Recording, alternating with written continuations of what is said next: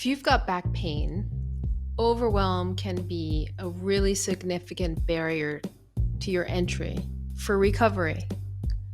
So, in today's podcast, we're going to talk about how to overcome overwhelm, and we're going to discuss a concept that I call MVA, minimum viable amount. So, let's dig into it. So, a lot of things are happening for us when we're in pain. And I want to encourage you to extend yourself grace and to be as compassionate and understanding as you can be with yourself. Because living in pain, whether it's been for 2 months or 2 years or 10 years or longer, living in pain is hard. It's really hard. And I understand that no one really understands. Even other people with back pain can't quite understand what it means for you and how it affects your life and your work and your daily living. So it's a big deal to be living with back pain. And I understand that because I had back pain and I saw firsthand just how it was decimating my personality and my quality of life and my relationships and my health. It's really a cascading mess. So I get that. To compound matters, when we want to get better from our back pain, we want to recover, there's so much overwhelm. There's so much to do. There's so much to process. And you know what? When you're in pain, it's extra hard to focus, organize, and process. One of the things you have to organize and process is your medical team, your plan of care, and your goals and trajectory for rehabilitation. That's already an enormous project. Part of what I help my clients with is assembling your team, is what I call it. And it's really the assemblage and productive management of your medical professionals and health interests so that you can have the best outcome possible. There is a way to manage the professionals who have the medical degrees. It doesn't mean that you have to be telling them what to do, but they definitely need some guidance and feedback. And so you are, like I like to say, you're the boss, you're the back rehab boss. So it's one of your jobs is managing your medical team, but that can be overwhelming. That can be intimidating. So I can help you do that. Another area that is overwhelming is, you get these diagnoses. Most of my clients have multiple complications and diagnoses going on. You get the diagnosis and then it's hard to know what you're supposed to do. Even if you're working with a physical therapist, sometimes that relationship may not be the relationship that enables you to have ongoing care and accountability and feedback and a back and forth that will help you and help your therapists determine if their plan of care is effective for you, right? And so it's hard to know where to start. For a lot of people that I work with also, I have to say, and if you're in this group, I see you, I understand you. They've tried therapy, they've tried the doctor, they've tried a bunch of things, and it seems like nothing is working. I hear that from most of the clients who come my way. Nothing works. You haven't worked with me because a lot of the work that I do, it works. Some of it doesn't, but then I'm at the other end of the phone or the other end of the Zoom call. I'm your partner in figuring out what's working and what's not, and helping you to strategize what you can do instead that's going to be better than what wasn't working. It's really common for you to go see your doctor. They give you some prescriptions. They didn't work. Maybe they give you a script for physical therapy. It didn't work. And then you're like, all right, now what?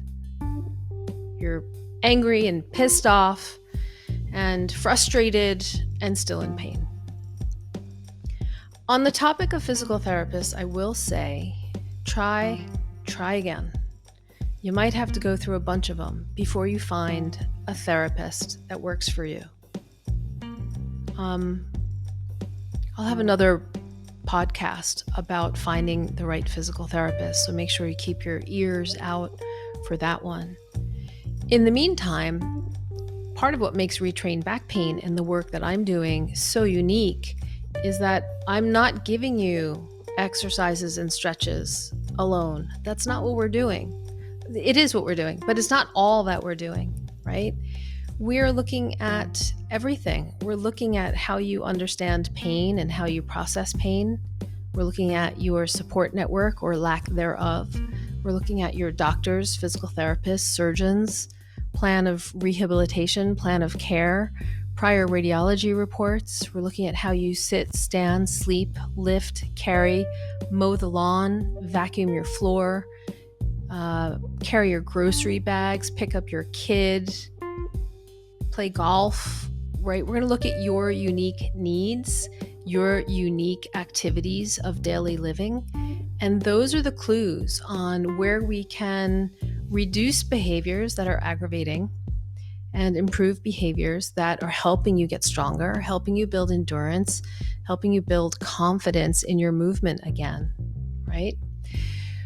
But for my clients and for those of you listening who have tried X, Y, and Z and nothing's worked, and you don't know where to go, you don't know what to do, you're not sure if you want to work with me yet, you want to do something. The world tells you that if your back hurts, you need to strengthen your core. So maybe you try doing some core exercises. That's okay. But you want to make sure you're doing the core exercises that are appropriate for your body and your fitness level and your unique diagnosis combinations, right? So I definitely think it's good to have somebody advising you on which exercises to do. But if you're going about the I'm going to start exercising thing all by yourself, it can be really overwhelming. And then you may just be like, I'm not going to do anything because I don't want my back to go out again. I don't want my back to get really bad again. Maybe you're in a place where your back kind of hurts, but it's manageable. And you don't want to go back to that place where it was really, really scary. So I understand. That's a combination of overwhelm and catastrophizing and exercise avoidance. And that's not a great combination to get you rehabilitated. So here's what I suggest. We're finally getting around to the main course of this podcast. Your MVA. M like Mary, V like Vigiano, A like Angelo, which happens to be my dad's name. It stands for your minimum viable amount. Your minimum viable amount. If you want to start moving again and you want to do it on your own, or you need to do it on your own for one reason or another, my suggestion for you is twofold. First, identify those activities that you can do. I didn't say exercises, right? I said activities, anything.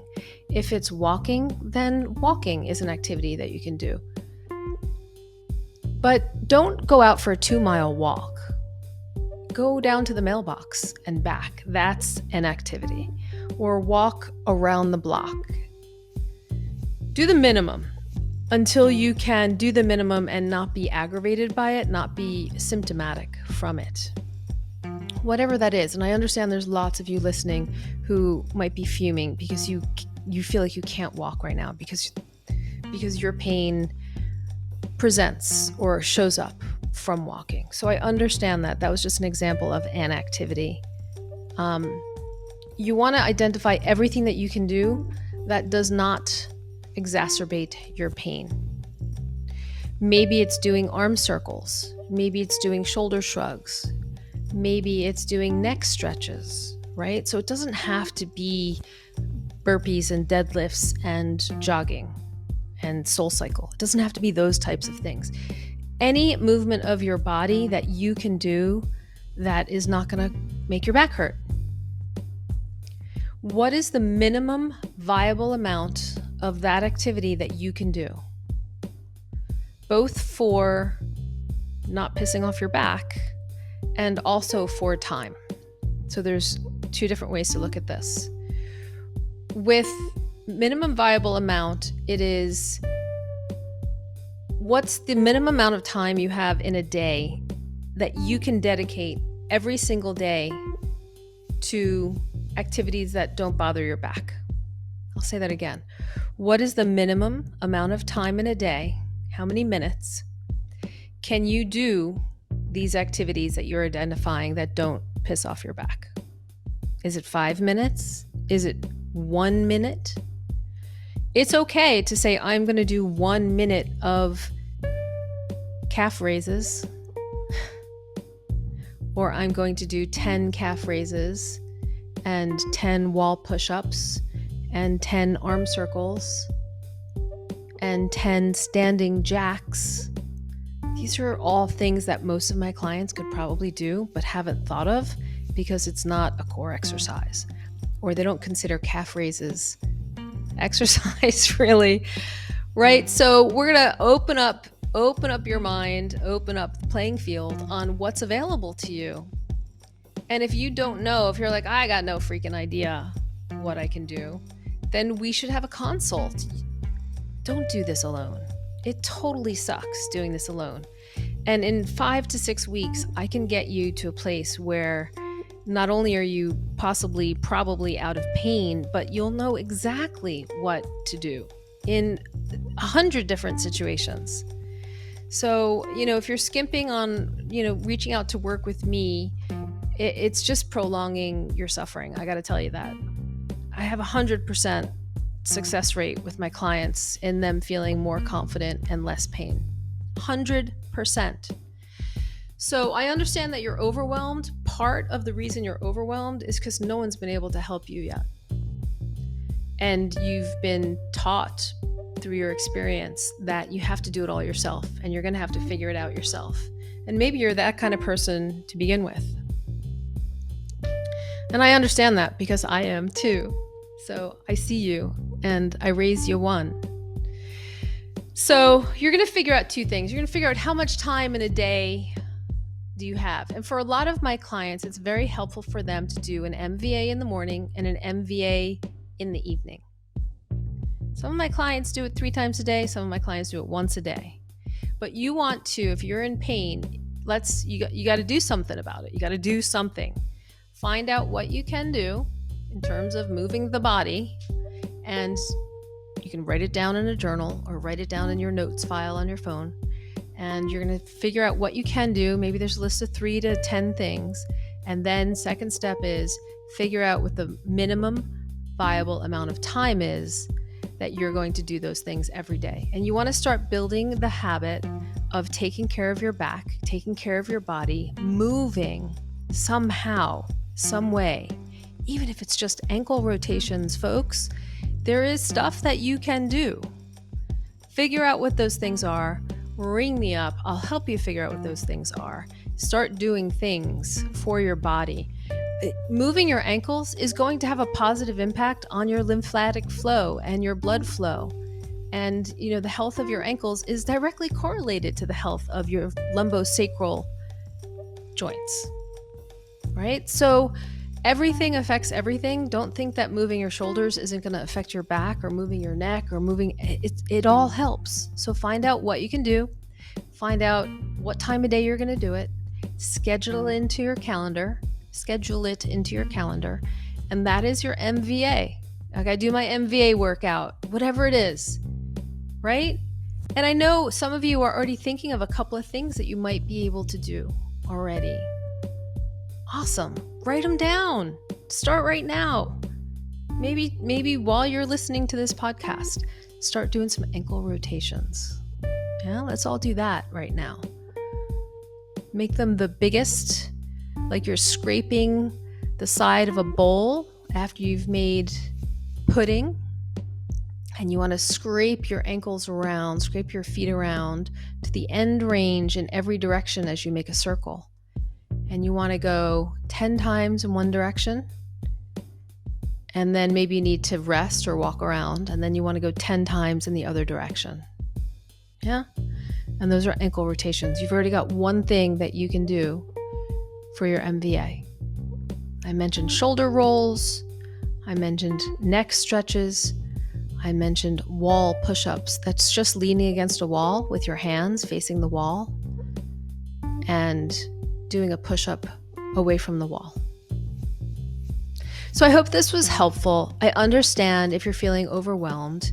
It's not a place you want to live forever. So hopefully I am helping you get motivated and get some ideas about some ways that you can start to use movement and start to think about movement so that you can get back to moving the way that you love to move. That's really what you want to do. That's it for this podcast. I really appreciate you listening. I really understand. I really want to help you. And don't hesitate to reach out either by email or on social media. I love to hear from you. And if there's something that you want me to talk about, I'd love to hear that as well. So be well, and I'll talk to you soon. Ciao.